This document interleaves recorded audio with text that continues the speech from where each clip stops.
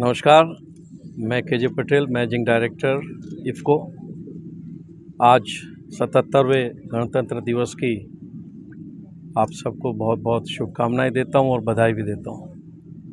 आज मुझे बड़ी खुशी है कि जिस पवित्र भूमि भगवान जगन्नाथ जी की है, वहां पर मैं 12 साल कार्य करके यहां से दिल्ली गया था और उसी भूमि पर आज मुझे वापस आने का सौभाग्य प्राप्त हुआ। और आज गणतंत्र दिवस के अवसर पर यहाँ पर बहुत ही सुंदर परेड एवं मार्च पास्ट का आयोजन किया गया हमारे सिक्योरिटी के जवानों के द्वारा, हमारे डीएवी स्कूल के बच्चों के द्वारा। आज हमारे देश में फर्टिलाइज़र्स का जो प्रोडक्शन हो रहा है, इसमें इफ़को का बहुत बड़ा योगदान है। इस वर्ष अगर हम देखें 25-26 में, तो करीब 20% फर्टिलाइज़र की रिक्वायरमेंट पूरे देश की है, उसको इफ़को ने पूरा किया है। अगर मैं केवल डीएपी की बात करूं, तो पूरे देश की जो डीएपी की रिक्वायरमेंट है, उसका 71% 71% प्रोडक्शन इफ़को ने करके दिया है। तो इफ़को एक ऐसी सहकारी संस्था है जो किसानों के द्वारा बनी हुई है। इसके संचालन में किसानों के हित की ही रक्षा की जाती है। तो किसानों के द्वारा ये बनी इफ़को जैसी संस्था, और इसको हम ऐसे ऑपरेट कर रहे हैं जैसे कि हमारे किसानों का हित हो। आज मैं बताना भी चाहता हूँ कि केमिकल फर्टिलाइज़र्स के अत्यधिक उपयोग के कारण देश को भी नुकसान होता है। बहुत सारा फर्टिलाइज़र हमें इंपोर्ट करना पड़ता है, क्योंकि किसानों की ज़रूरतों को हमारी देश की सरकार हमेशा कोशिश करती है कि उसको पूरा किया जाए। हम फर्टिलाइज़र प्लांट्स में भी अत्यधिक उत्पादन करके इंश्योर करते हैं कि किसानों के लिए ज़रूरत जितने भी फर्टिलाइज़र्स के उसको पूरा किया जाए। लेकिन केवल फर्टिलाइज़र्स के इंपोर्ट करके या ज़्यादा प्रोडक्शन केमिकल फर्टिलाइज़र्स का करके भविष्य का निर्माण, उज्ज्वल भविष्य के भारत का निर्माण नहीं हो सकता।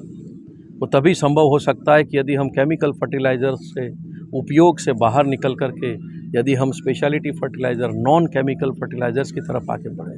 तो इस दिशा में भी इफ़को ने अपने इनोवेटिव जो प्रोडक्ट्स हैं, चाहे वो नैनो फर्टिलाइज़र्स के रूप में हो, चाहे बायोस्टिमुलेंट्स के रूप में हो, चाहे हमारे वर्मी कंपोस्ट फर्टिलाइज़र्स के रूप में हो, ऑर्गेनिक फर्टिलाइज़र्स के रूप में हो, तो इसको हमारे देश के किसानों को उपलब्ध कराया है। साथ साथ हम ये भी ध्यान रख रहे हैं कि देश के किसानों की जो ज़मीन है, उसमें क्या न्यूट्रिएंट्स की कमी है, तो सॉइल टेस्टिंग करके किसानों को प्रशिक्षित किया जा रहा है, उनको मदद की जा रही है। साथ साथ जो न्यूट्रिएंट्स की जिस क्रॉप के लिए ज़रूरत है, उसके आधार पे हमारे फील्ड ऑफिसर्स गांव-गांव फील्ड तक, किसानों तक जा कर के उनको प्रशिक्षित कर रहे हैं, उनको समझा रहे हैं कि कौन सा फर्टिलाइज़र उनके प्रोडक्शन को बढ़ाने के लिए, क्रॉप के प्रोडक्शन के लिए ज़रूरी है, उसका सही मात्रा में सही समय पे कैसे उपयोग किया जाए। तो इस दिशा में इफ़को का बहुत बड़ा कंट्रीब्यूशन है। और हम आगे ये भी ध्यान रखेंगे कि जो हमारी फार्मर्स की रिक्वायरमेंट्स है, उसको हम कभी भी ये नहीं होगा कि वो निराश हो। किसानों की जो भी ज़रूरत है, किसानों के द्वारा जो निर्मित की गई ऐसी इफ़को जैसी संस्था, तो उसका हित उसी में है कि वो किसानों का हित को ध्यान में रखे, देश के हित को ध्यान में रखे। हम इंपोर्ट कम करना चाहते हैं। हम ये देखें कि कैसे करके ये केमिकल फर्टिलाइज़र्स का उपयोग कम किया जाए, इंपोर्ट अपने आप कम हो जाएगा। हम आत्मनिर्भर फर्टिलाइज़र के मैन्युफैक्चरिंग में भी हो सकते हैं। आप देखिए कि आज हमारा देश फूड सिक्योरिटी के लिए तो पूरा सक्षम है। हम विदेश में एक्सपोर्ट भी कर रहे हैं, लेकिन फर्टिलाइज़र हम इंपोर्ट करते हैं। और फर्टिलाइज़र का इंपोर्ट इसलिए करना पड़ता है कि हमारे देश में ना रॉ मटेरियल्स उपलब्ध है, चाहे यूरिया बनाना हो, चाहे कोई फॉस्फेटिक डीएपी, एनपीके, एनपीएस बनाना हो।